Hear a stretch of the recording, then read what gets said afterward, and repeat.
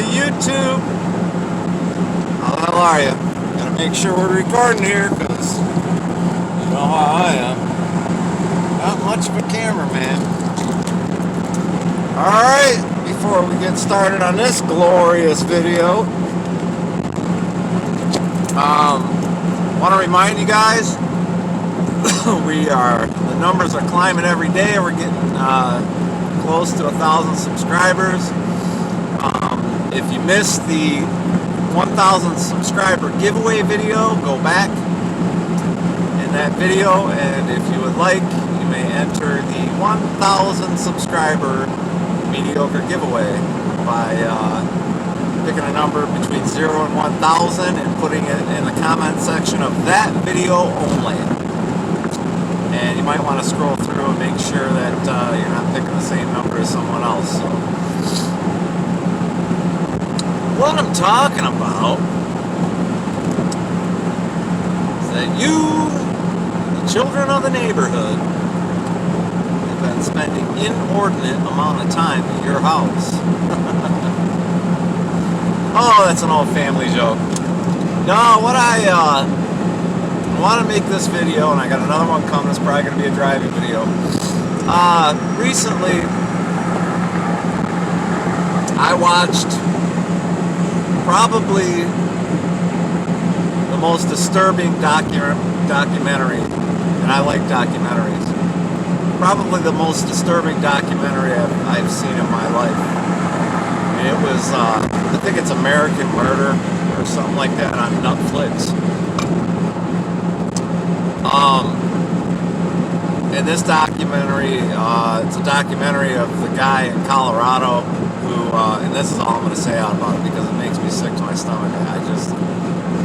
The guy in Colorado who killed his pregnant wife and 2 children. And I'm not going to get into the details because it's just, like I said, it's probably the most disturbing documentary I've seen in my life so far.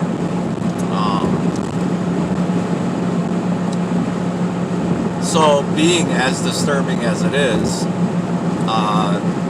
sometimes if I'm not interested or if I'm feeling disturbed like I was watching that,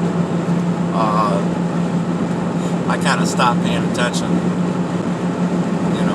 Just kind of stop listening and paying attention to something else in the, what I'm watching. So, as I'm watching this,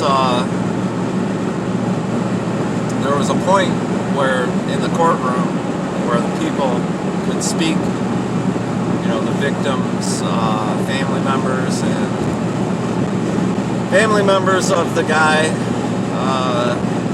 who should just be deleted off the planet, in my opinion. They were able to speak, and I'm watching this, and everybody in the courtroom, it's an extremely emotional moment. The guy that did this, he's fucking shaking. Everybody in the courtroom is just absolutely emotional, except, it pops out, and, you see it that the judge and the attorneys and the police officers are all calm.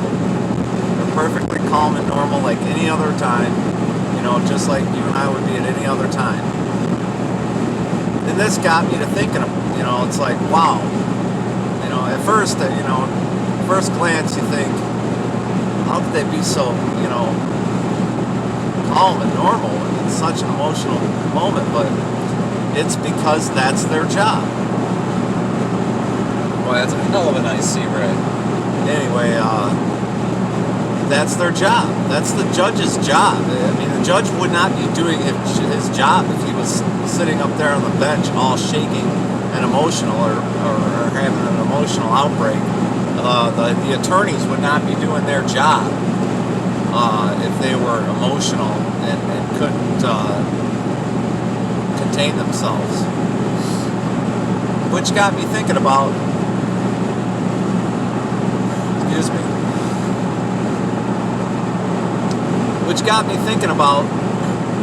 the people this time where we're at, which, by the way, today's Saturday. As of yesterday, we found out the President of the United States has coronavirus. We'll talk about that in a minute, I guess. got me thinking about people who talk about defunding the police and people who think the police are just off the rails. Groups like Antifa, groups like Black Lives Matter. Got me thinking about that kind of stuff and about how, a police officer may seem strange to you because he's doing his job. Let's say you get pulled over by a police officer. The way he's acting may be kind of strange because maybe, you get pulled over, maybe you're all, you're real nervous, like, oh shit, I got pulled over by the police. You might be really nervous. He's not, he's not nervous the way you are.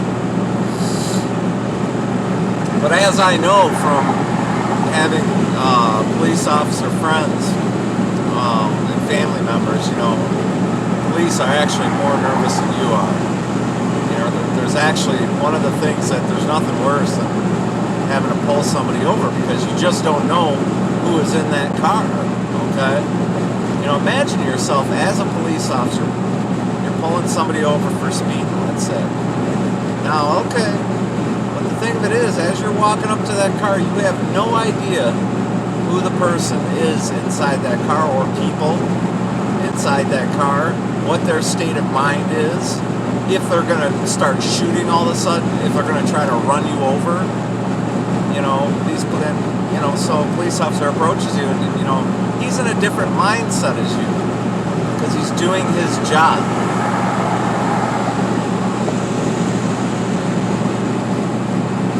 So, for those of you who, are against the police and you think that the police are irrelevant, such as one YouTuber that I guess claims to be in the guitar community, recently said in one of his videos how, the police they don't need these guns. How about they just show up and talk the guy down like they normally would without these guns? And he talked about how defunding the police is just not a bad idea, I don't think. To say something like that, for me, that you're an absolute fucking retard. In my opinion, we should fund the police. We should fund the police like we're being fucking rude about it. If a certain police force is asking for $1 million, we should give them $10 million. Like we're being fucking rude about it. These guys put their lives on the line every single day. And if you break the law and they show up and they're there to enforce the law, then, well, that's on you, man, and you're going to have to deal with the consequences of that. I think that there's a lot of cops out there who maybe need to learn to communicate better for the sake of the people, not because they're not doing their job right, but for the sake of, maybe understanding people a little bit better. I'm all for police training. Again, I'd like to see the police funded and get the appropriate training that they need and get all the gear that they need to protect themselves and guns, whatever they need. They should have more than enough of it. Because, in my opinion, and the way this country is, you just never know what the fuck is going to happen next. Someone else comes unglued. And, these guys, they're the ones that have to go into it. They signed up for it. They know, hey, it's a job they signed up for, and there they go. They're off.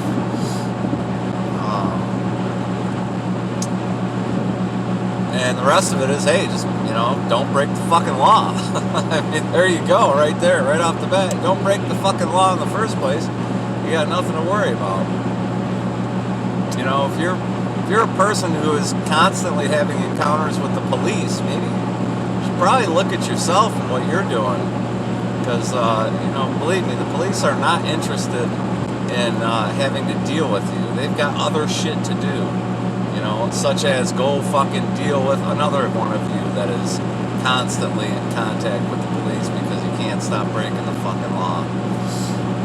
We need these guys to be, getting what they need. So Yeah, so that's what that documentary could, like I said, it's the most disturbing documentary I think I've ever seen. I mean, it's just fucking fucked up. That guy should absolutely he should have been escorted from the courtroom right to the fucking electric chair.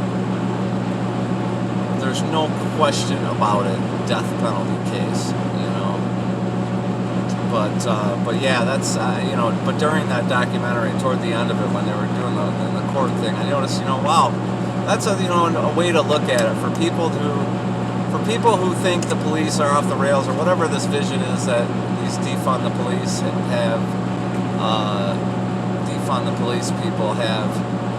Maybe look at it. Put yourself in their shoes. Put yourself in their shoes.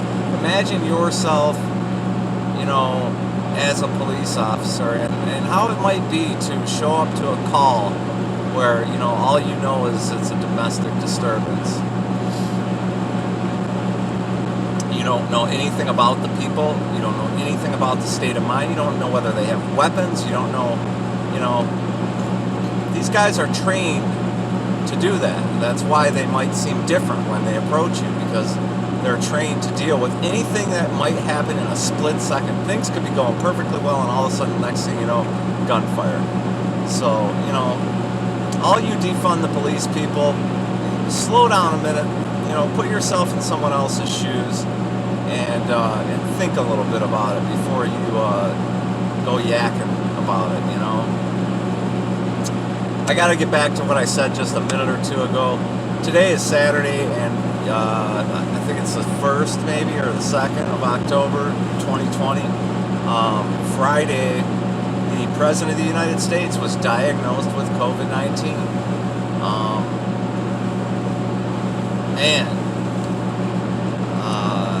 Bad news, Seems to be doing well. The doctors gave us an update a little while ago, and it seems like he's doing okay. He is mostly just feeling wore down, which is what I felt when I think I had it. But, I hope he's okay. I hope he makes it through this. Geez, Pete's, man. I mean, he's certainly at risk. He is 74 years old. He is obese.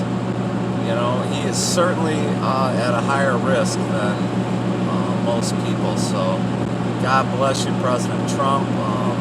It's like you're going to see this fucking video. But, God bless the President. God bless his nation. And we'll hope to see him get through this. And things will be okay. Alright, that's the first video. I got another one coming up. And I think it's going to be a driving video. So I think I'm just going to turn the camera off and turn it right back on, because I got another video I want to do for you guys. So peace out, and I'll see you on the next one. Oh, now I'm all fucking tangled up in the rosary and fucking shit. Alright, fuck.